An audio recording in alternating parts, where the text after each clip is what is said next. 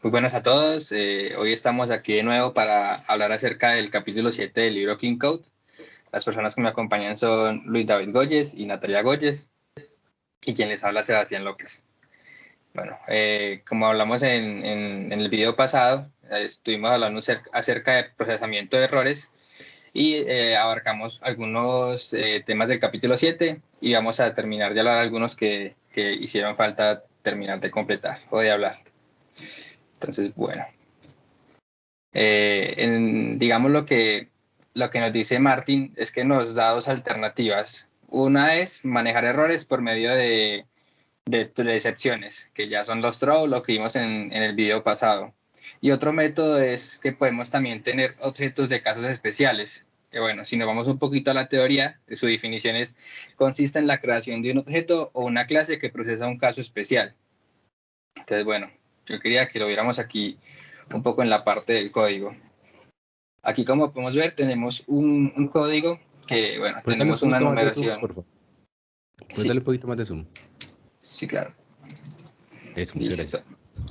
Tenemos aquí un código donde vamos a estar trabajando con excepciones. Entonces, bueno, tenemos aquí nuestra clase que es un meal expenses, que es como que un gastos de alimentación. Lo vamos a trabajar como un poquito de contexto del código. Es como que cada trabajador tiene un reporte de gastos de alimentación y bueno, entonces si nos vamos aquí digámoslo, esta sería nuestra función main. Nosotros venimos al código y tenemos un expense report DAO y le vamos a decir que nos dé como el reporte de alimentación de un trabajador específico. Entonces nosotros, si nos vamos aquí al método, bueno, pues aquí por dinámica retornamos de una vez un meal expenses, pero bueno, un código ya tocaría buscar, no sé, en una base de datos, buscar el ID del empleado y ya nos devolvería ese empleado específico. Pero entonces aquí lo que queremos es que nos retorne un objeto de tipo meal expenses. ¿Y qué sucede en este punto? Aquí podríamos llegar a recibir una excepción. Entonces, si nos vamos aquí al código de meal expenses, el get total nos dice que al momento de calcular el total, si ese trabajador, su total de consumo de alimentos es cero, ¿qué quiere decir? Que pues, básicamente que no comió nada en esa semana, digámoslo así. Vamos a retornar un error de tipo que no encontró como un reporte de gastos de alimentación. Entonces él aquí ya viene y toma esta excepción, nos iríamos por el catch del meal expenses not found y nos iríamos a ejecutar un código que sería, bueno, si el empleado no tiene un reporte de gastos, entonces vamos a darle como el dinero que, como podría decirse, como un auxilio de alimentación y eso es lo que queremos retornar.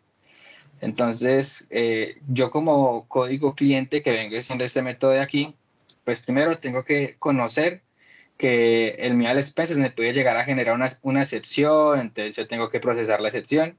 Y bueno, aquí como podemos ver, es demasiada información que yo como cliente pues debo de manejar y de saber. Entonces, ahora vamos a ver el ejemplo con los objetos de casos especiales. Entonces, aquí ya usamos un poco más la composición, entonces creamos un protocolo que es meal expenses y bueno, va a tener un método abstracto que es el getTotal. Y ya tenemos dos implementaciones diferentes que heredan de ese protocolo. Tenemos un employee meal expenses, que bueno, es el que vimos ahora, básicamente nos hace representación de esta clase, pero también tenemos un per diem meal expenses, que es como el otro caso en donde se genera la sección. Pero aquí lo que hacemos es que queremos, digámoslo, poder en tiempo de ejecución usar cualquiera de los dos objetos y el código cliente no se tiene que preocupar por cuál de los dos va a usar. A él simplemente lo que le interesa es que le devuelvan un total y ya. Entonces, si nos vamos aquí al código de este acá, si vamos aquí al código, yo aquí obtengo el reporte, digamos el que se va a encargar de gestionar quién va a ser el objeto de devolver es el expense report DAO. Entonces aquí nos vamos al expense report DAO y él va a llegar a decir, bueno, en caso tal de que el total de consumo de alimentación sea igual a cero, entonces retórname este objeto especial. Este vendría siendo como nuestro objeto de caso especial. retórneme esto. En caso tal de que el empleado pues si tenga un consumo, bueno, aquí sería no un igual, sino podría ser que sea menor o igual a cero. En caso tal de que sea positiva, y si ya retórnenos pues el consumo de ese empleado.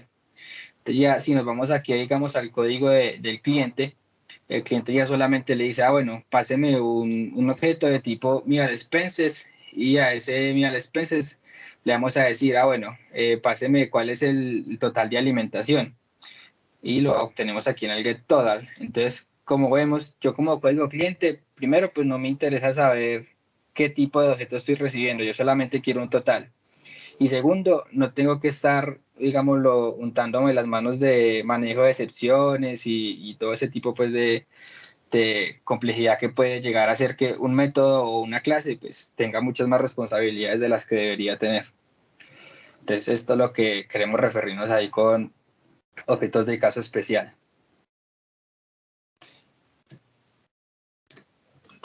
Listo, ahora otro punto que nos decía pues, el capítulo es no devolver null.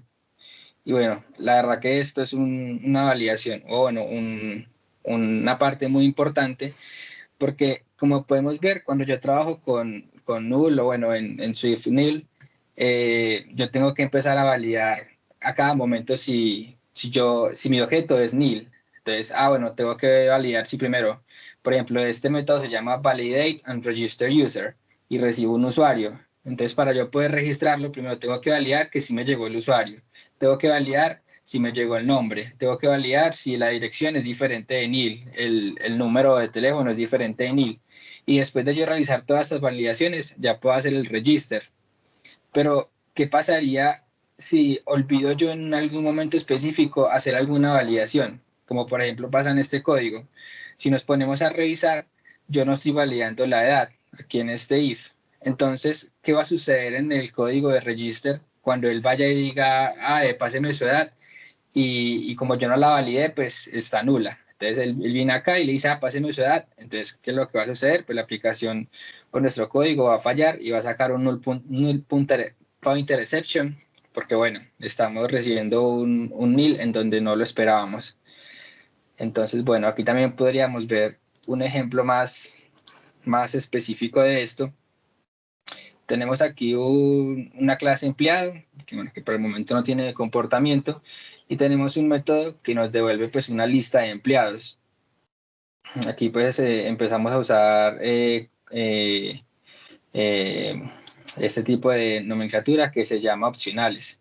La verdad, si quieren obtener más conocimiento acerca de opcionales y profundizar un poco en este tema, ahí el compañero Luis David tiene unos videos muy interesantes acerca de Swift y bueno, ahí podrían entrar más en profundidad acerca del tema. Pero bueno, lo que queremos ver aquí, bueno, aquí como podemos ver tenemos un if true, esto es una condición que siempre va a pasar, pero aquí podríamos tener una validación, no sé si tenemos empleados o no. Pero aquí lo que queremos, lo que quiero mostrarles es que tenemos dos casos. En esta validación, pues sabemos que va a entrar siempre, pero imaginemos que tenemos, no sé, una validación que dice si hay empleados o no.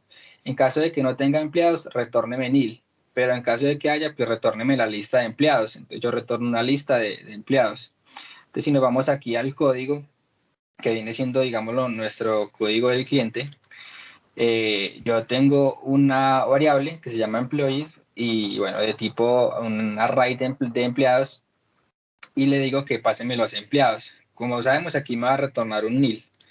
Entonces, a mí, ¿qué me toca hacer, digámoslo, para evitar null pointer exception o que la aplicación se me cierre? Entonces, tengo que validar primero de que lo que yo recibo sea diferente de nil. En caso tal de que sea diferente, pues ya puedo proceder con el procesamiento de los datos. Entonces, bueno, aquí como podemos ver, es algo que no deberíamos de estar haciendo, devolviendo este nil. ¿Cómo podríamos corregir este código? Entonces, esta sería como una alternativa que podríamos revisar. En vez de retornar nil, yo simplemente voy a retornar un array de vacío, que va a significar que yo no tengo empleados. De este modo, pues me estoy ahorrando el manejo de opcionales y todo ese tema.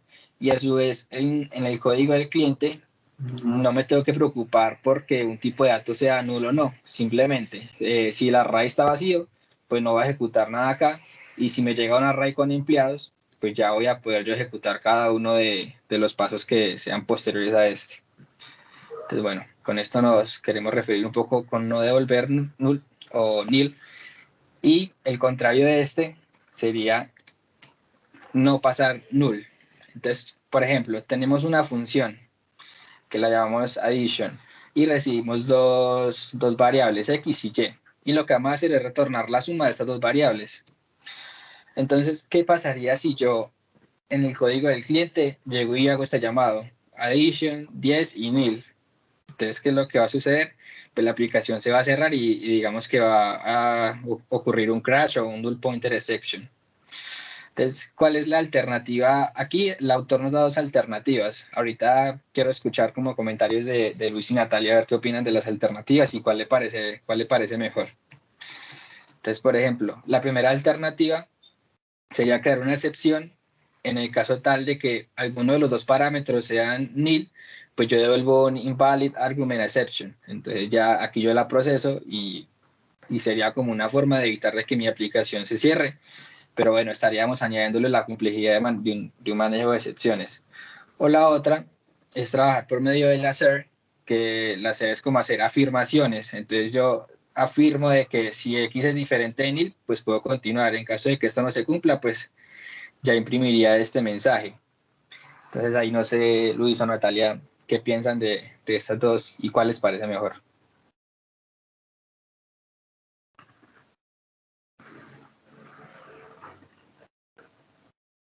David, no sé si quieres empezar, pero yo diría que eh,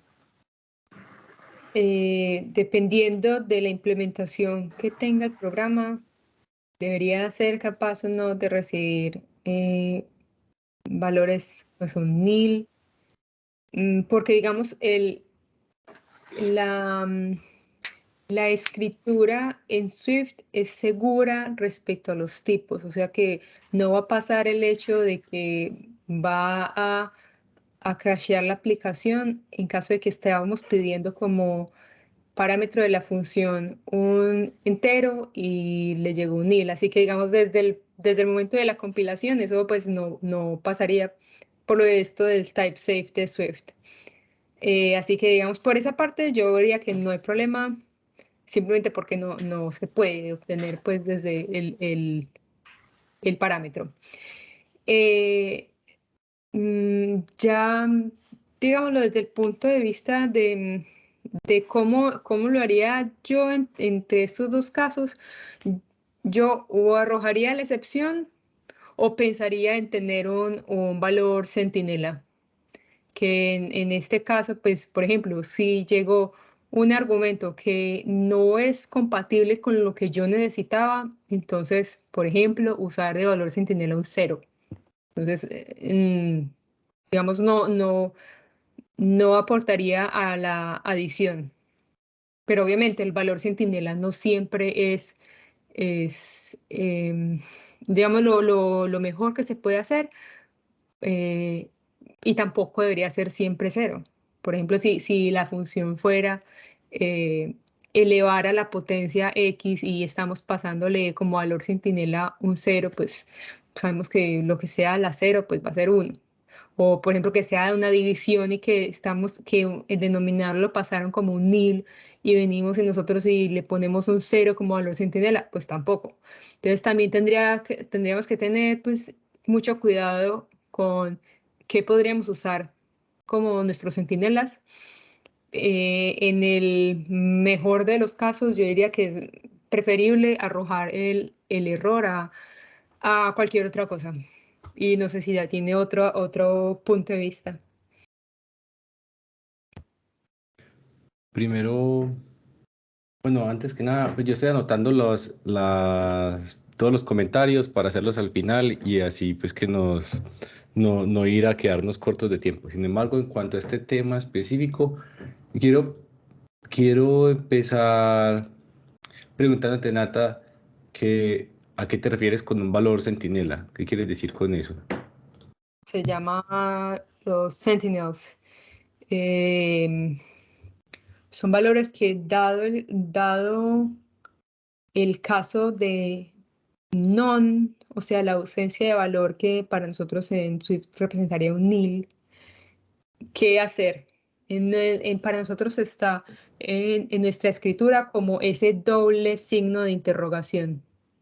Entonces, si recibe este valor y estaba como un punto non, o sea, un nil, nuestro sum va a ser el valor centinela.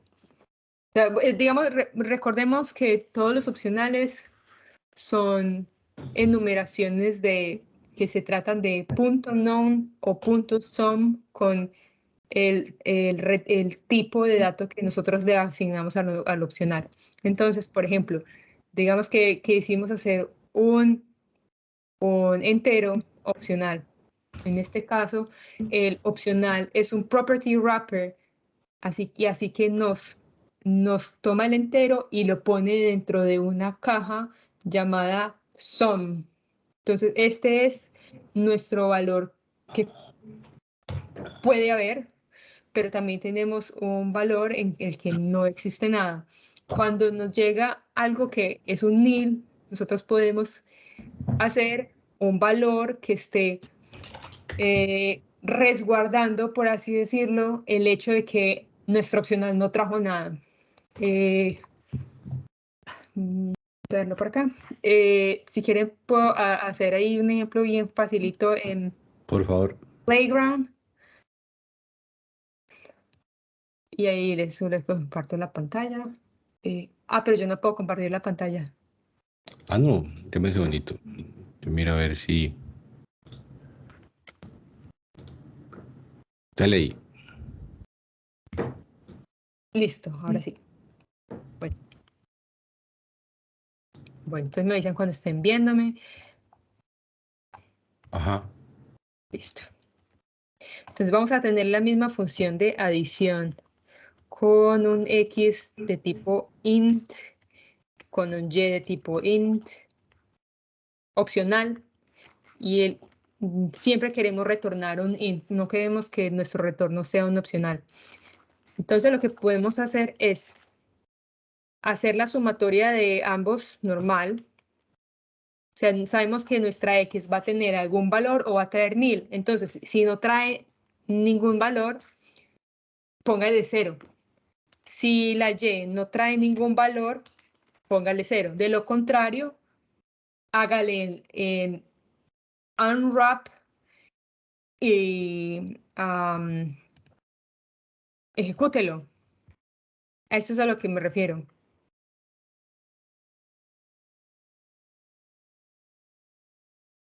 Este centinela que están viendo por acá.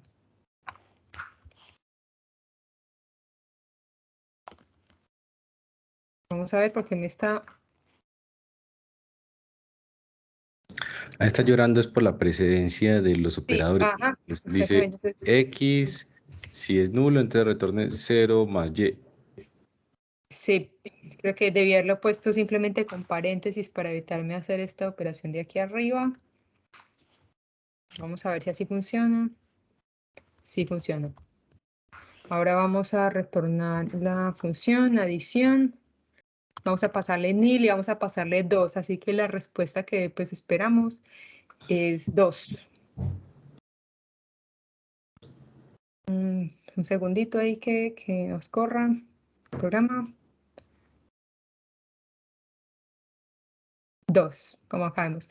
Pero obviamente a lo que voy con la discusión del valor centinela es, listo, en adición tal vez tenga algo de sentido ponerle 0, pero detrás de ponerle 0 existe la pregunta de, hey, ¿por qué me pasaron un nil? ¿Fue un error en la entrada de datos o fue que yo no acoté qué datos me podían pasar? Porque digamos poner 0 se siente muy adrede.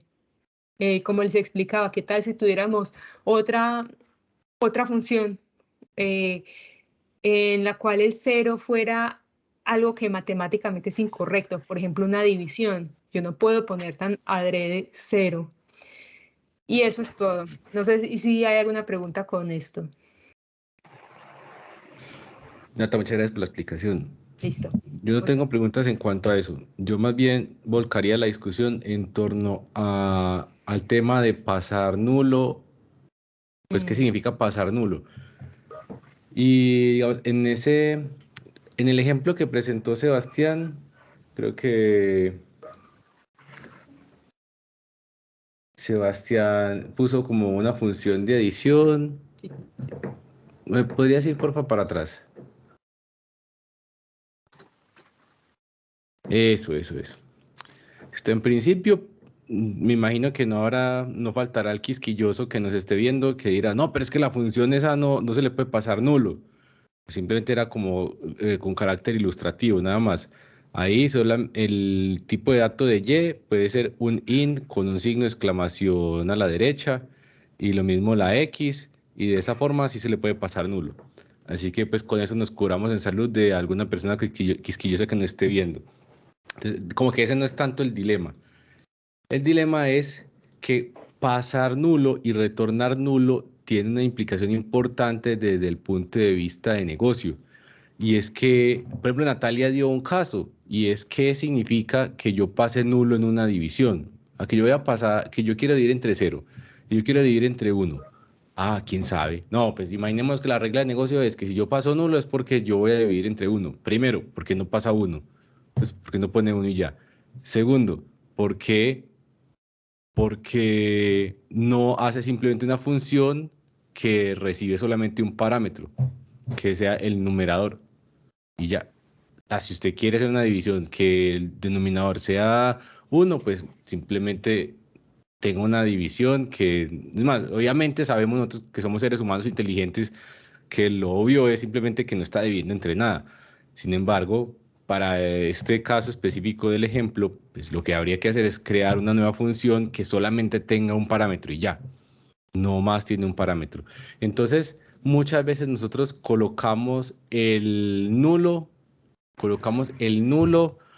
porque somos perezosos y entonces queremos dejar una firma que lo haga todo. O retornamos nulo porque queremos una sola firma que lo haga todo. No. Recordemos que nosotros programamos primero en función del negocio. La herramienta es la programación, pero el negocio es lo que necesitamos que sea entre comillas eterno, que perdure, que otras personas puedan venir a mantenerlo.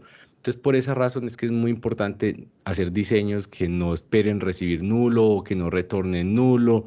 Por ejemplo, Sebastián ahorita mostró el caso de cuando si tuviéramos un conjunto de empleados, creo que era, entonces en lugar de retornar nulo, pues retorna un arreglo vacío. Retorna un arreglo vacío, que eso es lo que significa no tener empleados. ¿Para qué se va a poner a hacer esas otras validaciones? El nulo está bien, es decir, no quiero satanizar el nulo, porque entonces ya vamos a decir, no, pero entonces ¿para qué el lenguaje tiene nulo y toda la cosa? No, yo no lo satanizo, sino que el nulo tiene un significado importante, que es que ahí no hay nada y que, digamos, yo puedo tener, ahorita Sebastián mostró el caso de, creo que era como el usuario que tenía edad, nombre y esas cosas. Entonces, pues simplemente lo que querrá decir esa descripción o ese modelamiento de esa entidad es que hay usuarios que tienen y otros que no tienen nombre. Hay otros que tienen y no tienen ni edad. Hay otros que tienen y otros que no tienen dirección. Unos que tienen, otros que no tienen número de teléfono. O sea, como que se puede tener de las dos cosas. O sea, como que el dominio admite todos los posibles casos. Entonces, está bien. En ese caso es permitido o tiene sentido que apliquemos valores opcionales para la definición de este tipo de datos. Sin embargo, si nosotros vamos a hacer simplemente vamos a tener estos datos así, porque nos da pereza, no sé, no sé, como que he visto en mi experiencia que las personas hacen esto porque posiblemente van a utilizar esto como un paso temporal para dejar alojada la información mientras que la van recogiendo con el programa. Bueno, eso está bien, digamos que puede ser un posible caso porque quiere decir que Es una etapa previa de recoger datos y luego van a validarlos y luego van a crear un DTO que ahí sí ya tiene la información segura. Pero que no sea simplemente como por dejar, o sea, por algo de negligencia, de no querer ser precisos en la creación del tipo de dato. Eso puede incurrir a errores. Lo digo, por ejemplo, me pasó alguna vez en el pasado en una empresa en la que estuve que hacía una decodificación de tipos de datos de un cierto backend. Entonces existía una estructura, un DTO, que por medio del decodable, pues el protocolo decodable se decodificaba. Este backend estaba escrito con Node.js y Node.js pues es un framework por encima de JavaScript. Y JavaScript, pues entonces algunas veces hacía como que ese valor numérico podría tener unos tipos de datos que son números. Y los números, digamos que siempre eran números enteros. Entonces, por esa razón, cuando se colocaba en el DTO de la aplicación móvil, pues era un entero opcional. Pero cuando cierto día ese dato no retornaba 12, sino 12.1, ya no podía decodificarlo como entero. Entonces ponía ahí un nulo y toda la aplicación se reventaba de ahí para arriba. Y no entendíamos por qué. Pues claro, como cambió el tipo de dato, o sea, como el tipo de dato de el backend no era el que estaba esperando el cliente, en este caso el frontend de iOS, pues entonces había un daño. Y como todo era nulo, nulo, nulo, nulo, nulo, todos los tipos de datos eran nulos, no podíamos detectar qué era lo que estaba fallando. Ahí simplemente le ponía nulo y se reventaba en otro punto más arriba.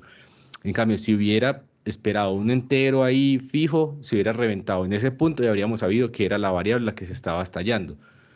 Entonces, ahí como para cerrar, la idea de no pasar nulo y de retornar nulo tiene que ver con programar orientado al negocio.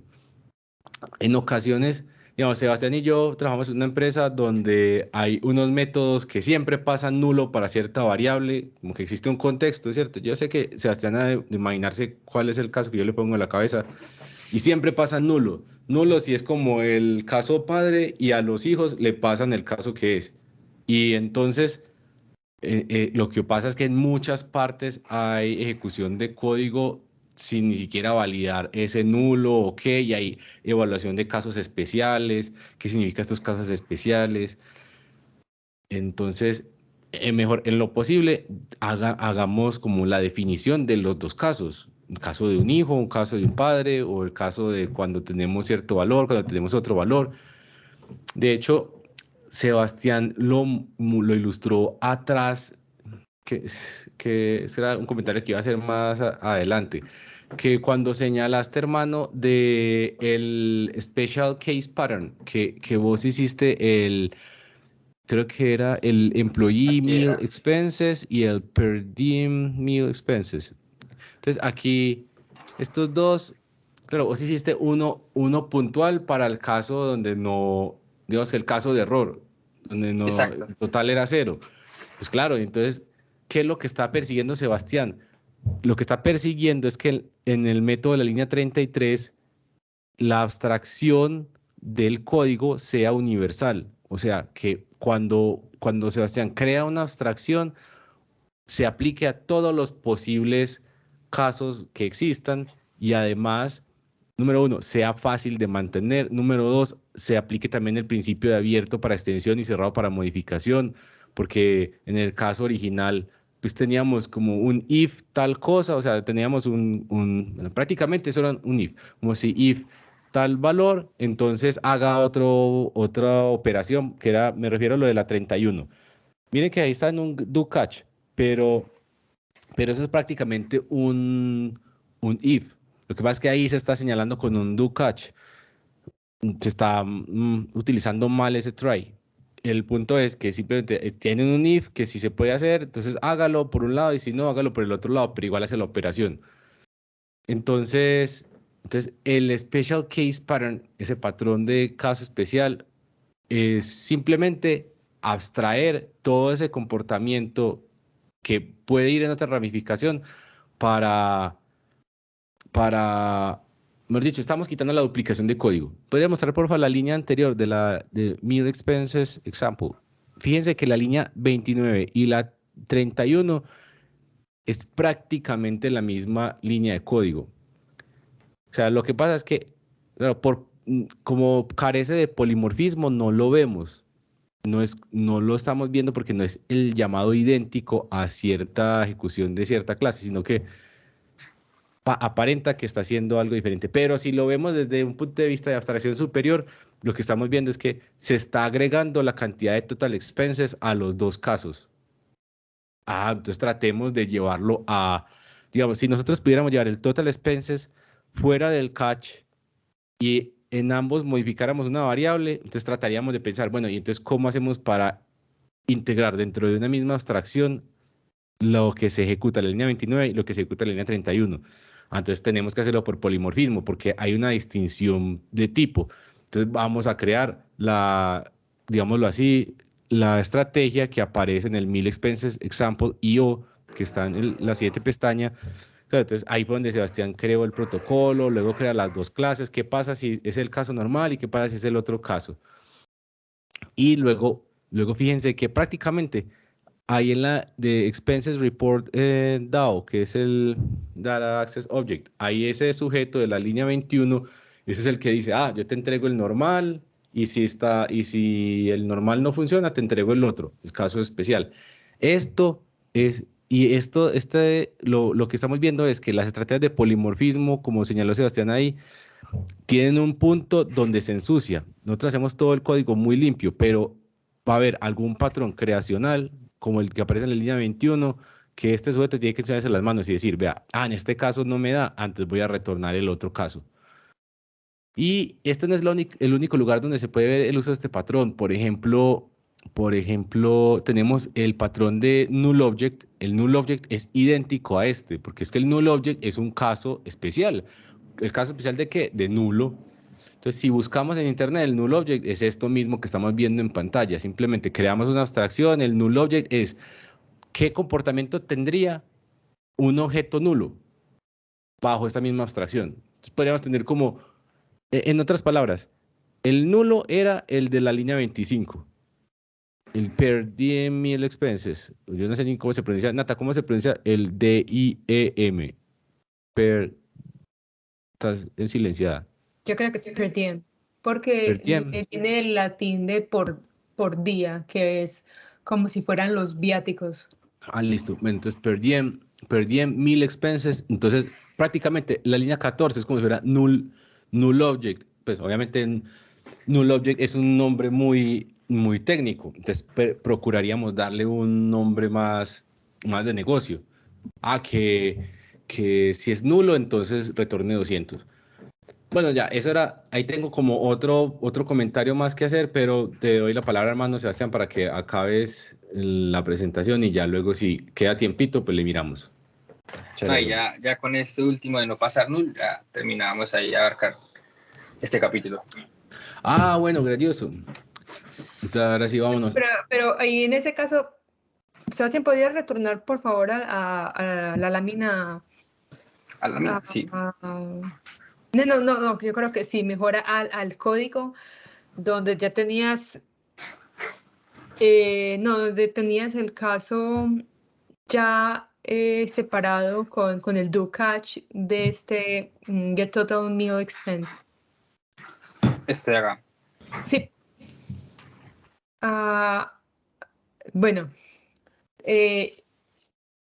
que quería, digamos, en este punto comentar, en este o en el otro, cualquiera de los dos, cuando solo existe una condición de caso excepcional, esa puede ser nuestro valor centinela, o sea, tener la función que si retorna nil, entonces de nuevo, ese property wrapper de tener los dos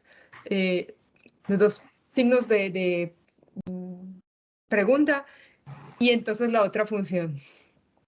Y digamos que lo bueno de estos valores centinela es que se pueden como anidar, como si este es null, entonces pruebe este, o si no pruebe este, o si no pruebe este, o si no pruebe este. También, digamos, otra manera en que al final se termina asociando el código es con switches, que es lo que, digamos, yo más he visto, digamos, en estos casos de que, entonces este caso de no funciona, utilice este caso de acá, utilice este otro caso de acá.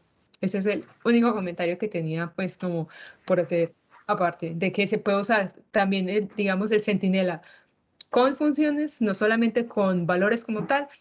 Y segundo, que pues lo que yo por lo menos más he visto son utilizar switches en estos momentos en que toca ensuciarse las manos y que alguien tenga que hacer la labor de la creación.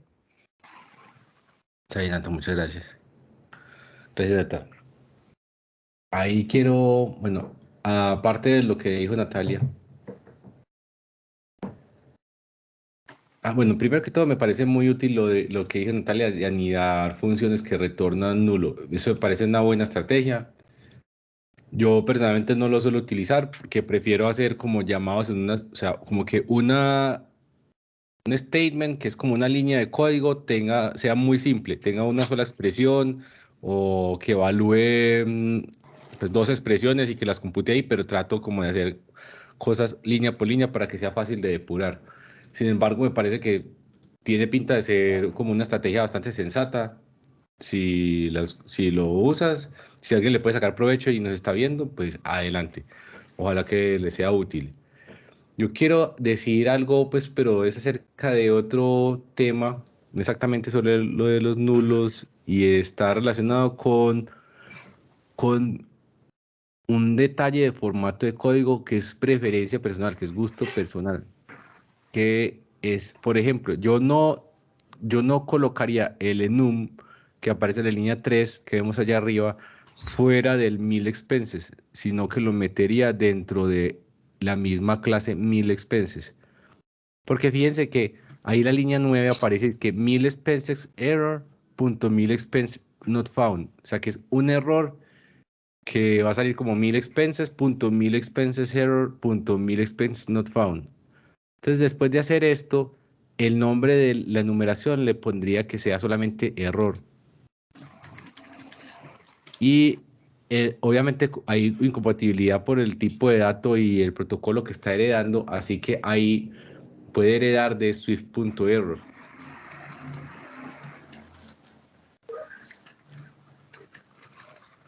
Eso. Si hacemos esto, entonces ya a la hora de utilizar el error, por ejemplo, en la línea 30, perdón, en la línea 14 se arroja el error.1000 expense not found. Y pues como en este mismo orden de ideas, como estamos dentro, o sea, ¿qué es lo que busco? Aprovecharnos de que Swift es un lenguaje que admite anidamiento de tipos de datos, por ejemplo, una estructura dentro de otra estructura, dentro de otra estructura, un enum dentro de un enum, dentro de un enum, para que nos aporte, para que el nombre de los tipos de datos nos aporten valor al significado del dato.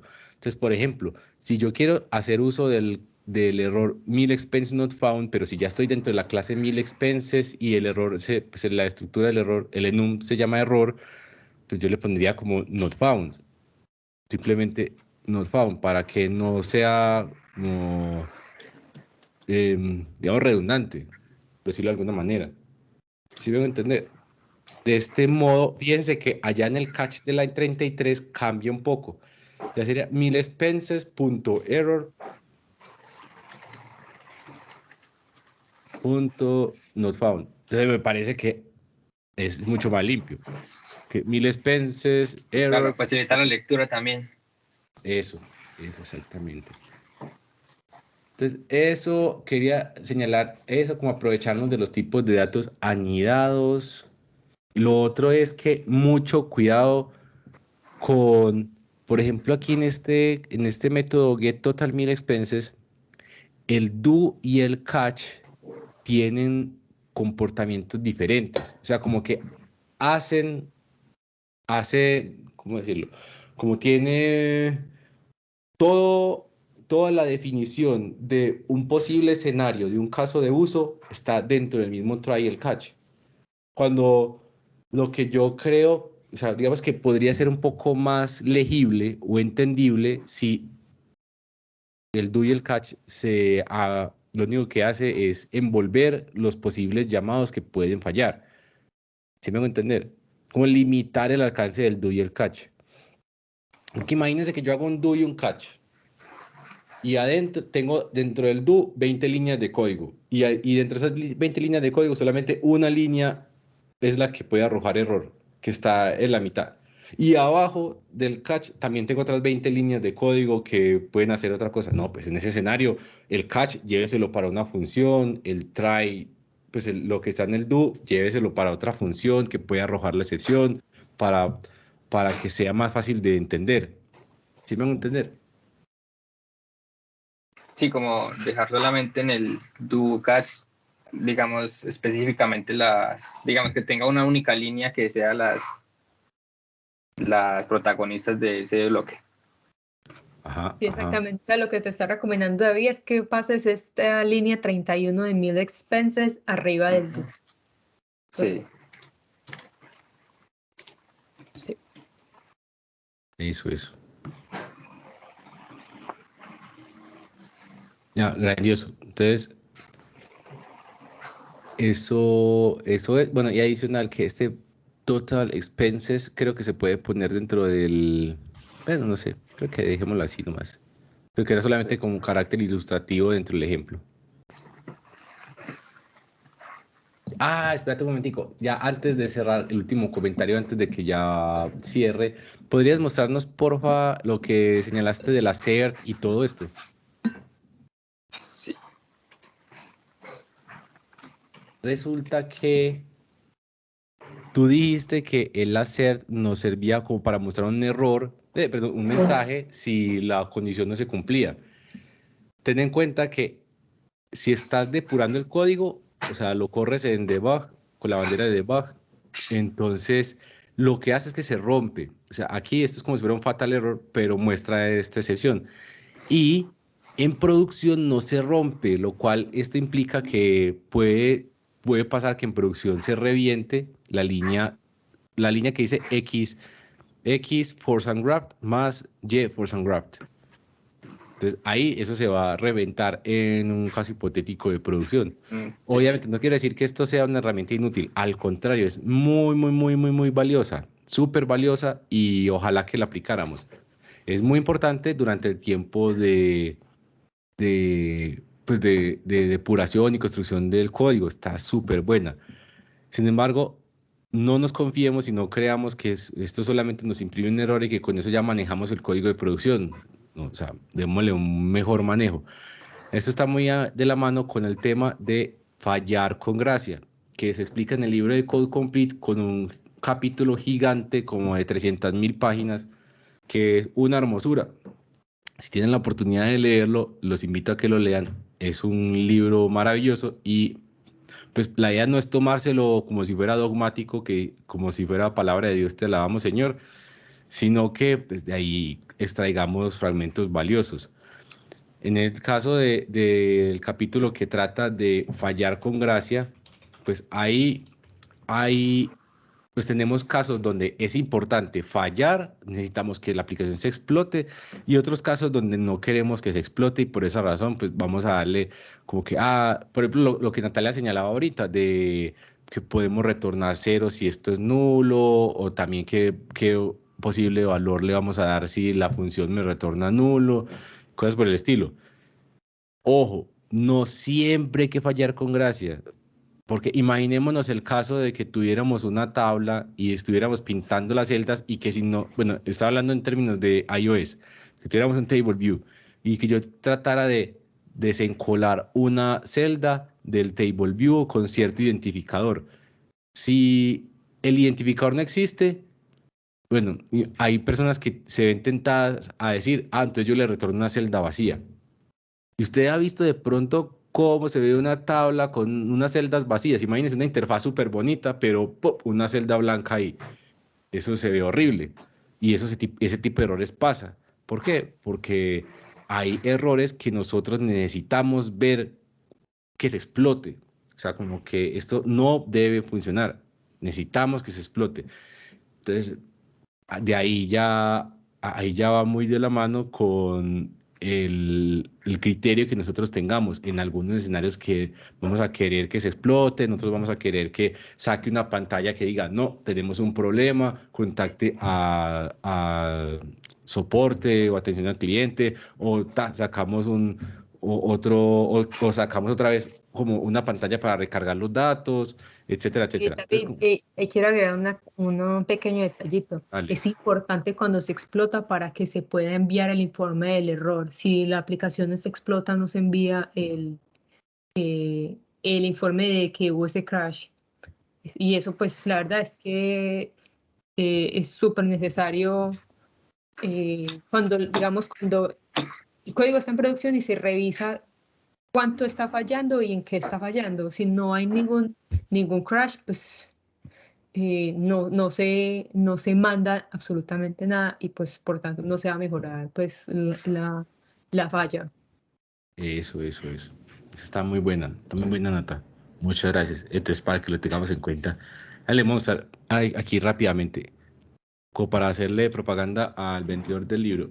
Entonces, bueno, este libro que tengo aquí en pantalla es pirateado, que lo tengo es para como carácter de referencia. Yo lo tengo físico, pues como para que pronto alguien no esté por allá, algún televidente y lo diga, ay, pero ¿por qué lo tiene pirata? No, yo lo tengo físico. Lo tengo físico, pues me gusta bastante comprar los originales para agradecerle a los autores por ese conocimiento que me han proporcionado. Y bueno, entonces aquí les muestro, es para que me sirva de referencia. Bueno, el punto es que capítulo 8 dice programación defensiva, y fíjense lo que hay aquí. Explican qué es la programación defensiva, técnicas para manejo de errores, excepciones, etcétera, etcétera. Miren que arranca desde la página 188 y eso va como hasta la 210. De hecho, aquí es donde empieza esta sección del capítulo 210, ya que tendría que ir hasta el siguiente capítulo. Miren que aquí aparecen los assertions. He visto que muy pocas personas usan los asserts en Swift o, bueno, en general, en la programación del día a día, y en lo que yo he visto es que la mayoría no lo conocen, porque no saben que existen. Una vez que ya conocen su existencia, empiezan a usarlo de forma más seguida. Es una herramienta muy útil, que hay herramientas de manejo de errores. Fíjense que aquí explica cuándo retornar un valor neutral, ¿cierto? Con un valor neutral no necesariamente quiero decir que retorne nulo, sino mire que puede retornar cero, ¿cierto? Si digamos, cierta operación que va a traerme ciertos datos de un servidor, digamos que va a modificar, bueno, más bien, pensémoslo así, que yo le pido plata a todos mis familiares. Entonces yo quiero, Natalia, deme plata. Entonces Natalia me da 10.000 pesos. Sebastián, deme plata, me da 5.000 pesos. Pero yo le digo a mi mamá, deme plata, y ella no va a aportar. Bueno, ¿qué me pone? Cero. Cero es un valor neutro que no me suma ni me quita.